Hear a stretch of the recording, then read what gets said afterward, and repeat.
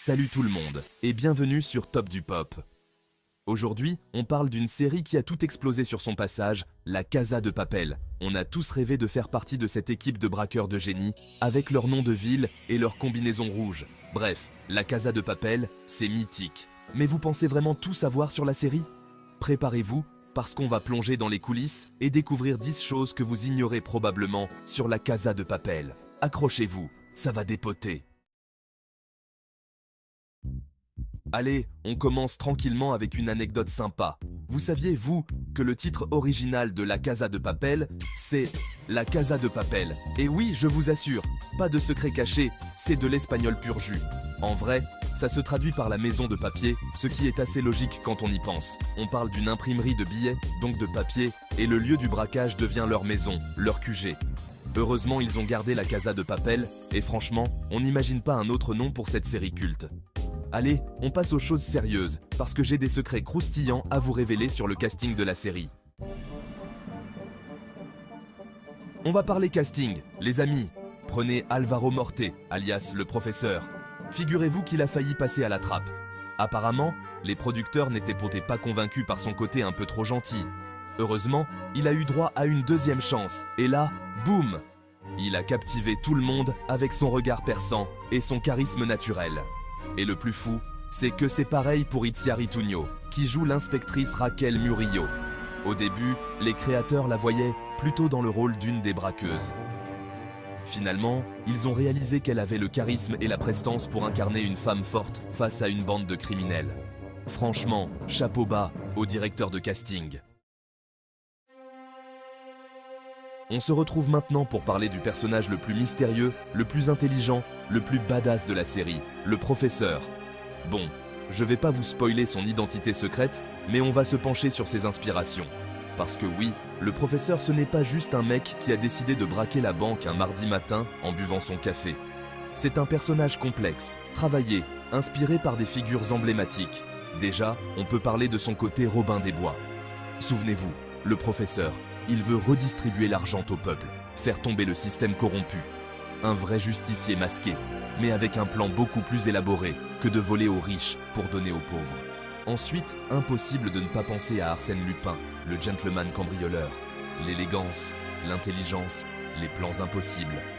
Le professeur, c'est un peu son digne héritier dans le monde des braqueurs de génie. En mélangeant tous ces ingrédients, les créateurs ont réussi à créer un personnage fascinant, charismatique, qu'on admire autant qu'on le craint. Le masque de Dali, un choix symbolique. On passe maintenant à un symbole fort de la série, le masque de Salvador Dali.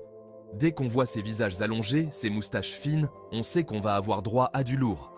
Mais saviez-vous que ce choix de masque n'était pas prévu au départ? Au début, les créateurs avaient pensé à des masques de clown. Heureusement, ils ont changé d'avis et ont opté pour le masque de Dali. Dali, c'est un artiste espagnol, un génie surréaliste, un peu fou, bref, un symbole fort de l'Espagne. Ensuite, le masque en lui-même représente la résistance, la rébellion. Dali, c'était un artiste qui cassait les codes, qui provoquait, exactement comme nos braqueurs préférés. Allez, on passe à la suite. 5. Bella Ciao, l'hymne inattendu de la résistance. Qui n'a jamais chanté à tue-tête Bella Ciao en regardant La Casa de Papel? C'est devenu l'hymne de la série, un symbole de résistance, de liberté. Mais saviez-vous que cette chanson n'était pas du tout prévue au départ? En fait, c'est l'acteur Pedro Alonso, qui joue Berlin, qui a eu l'idée d'utiliser cette chanson. Il l'a fredonnée un jour sur le tournage et ça a tout de suite plu à l'équipe. Bella Ciao, c'est une chanson traditionnelle italienne, un chant de lutte des partisans italiens pendant la Seconde Guerre mondiale. Elle parle de liberté, de résistance à l'oppression, bref, des thèmes qui collent parfaitement à l'esprit de La Casa de Papel. Et le plus fou, c'est que cette chanson a pris une ampleur incroyable grâce à la série. Elle est devenue un hymne mondial, repris dans les manifestations, les mouvements sociaux. C'est ça la magie de La Casa de Papel, c'est qu'elle arrive à s'emparer de symboles forts, à leur donner une nouvelle dimension et à les faire résonner auprès d'un public international. Bella Ciao, c'est bien plus qu'une chanson. C'est un cri du cœur, un appel à la liberté. Et ça parle à tout le monde. 6.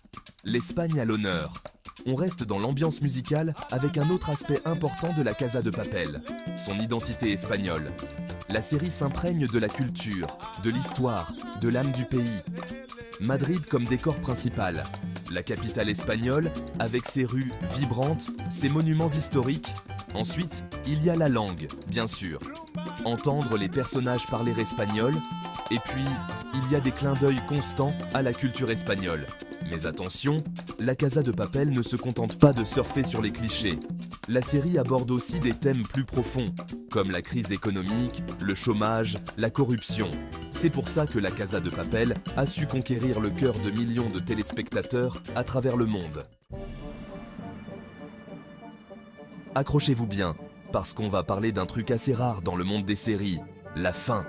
Vous le saviez-vous que le créateur de la Casa de Papel, Alex Pina, avait tout prévu dès le départ? Et oui, contrairement à beaucoup de séries qui s'écrivent au fur et à mesure, en fonction des réactions du public, la Casa de Papel, elle, avait une feuille de route bien précise. Dès le début, Alex Pina savait comment la série allait se terminer, quel personnage allait survivre, quel secret allait être révélé. D'ailleurs, c'est peut-être pour ça que l'intrigue est aussi cohérente, que chaque événement, chaque rebondissement a un sens. On sent qu'il n'y a pas de place au hasard, que tout est calculé, millimétré. Bon, après, je vous rassure, ça n'empêche pas les surprises. Alex Pina a quand même su nous tenir en haleine jusqu'au bout, avec des retournements de situation complètement fous. Mais savoir que la fin était écrite d'avance, ça donne une autre dimension à la série. C'est comme lire un bon roman policier, on sait que l'auteur a toutes les cartes en main et on se laisse guider par son imagination. 8. On va parler des personnages, et plus précisément de leurs noms.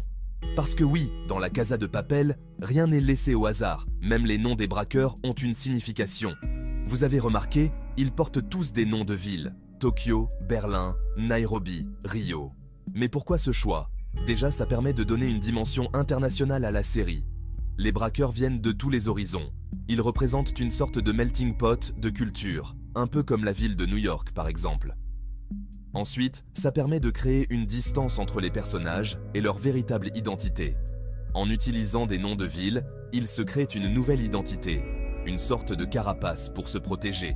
Et puis, il y a aussi un côté symbolique. Chaque ville évoque des images, des ambiances, des valeurs.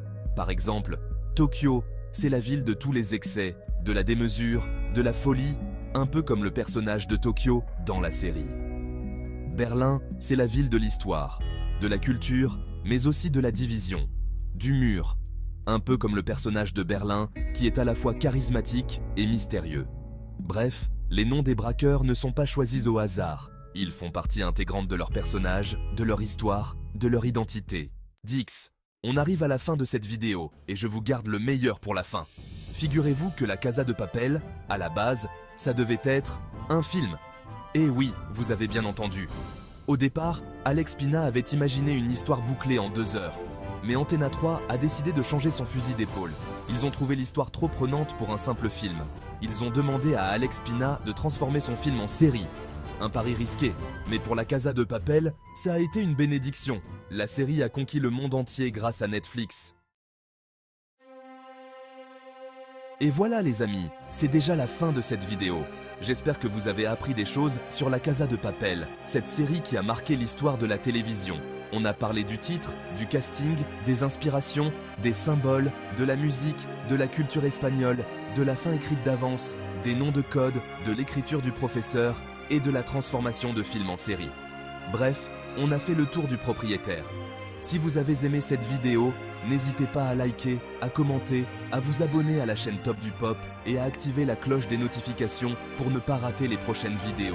En attendant, je vous dis à très vite pour de nouvelles découvertes.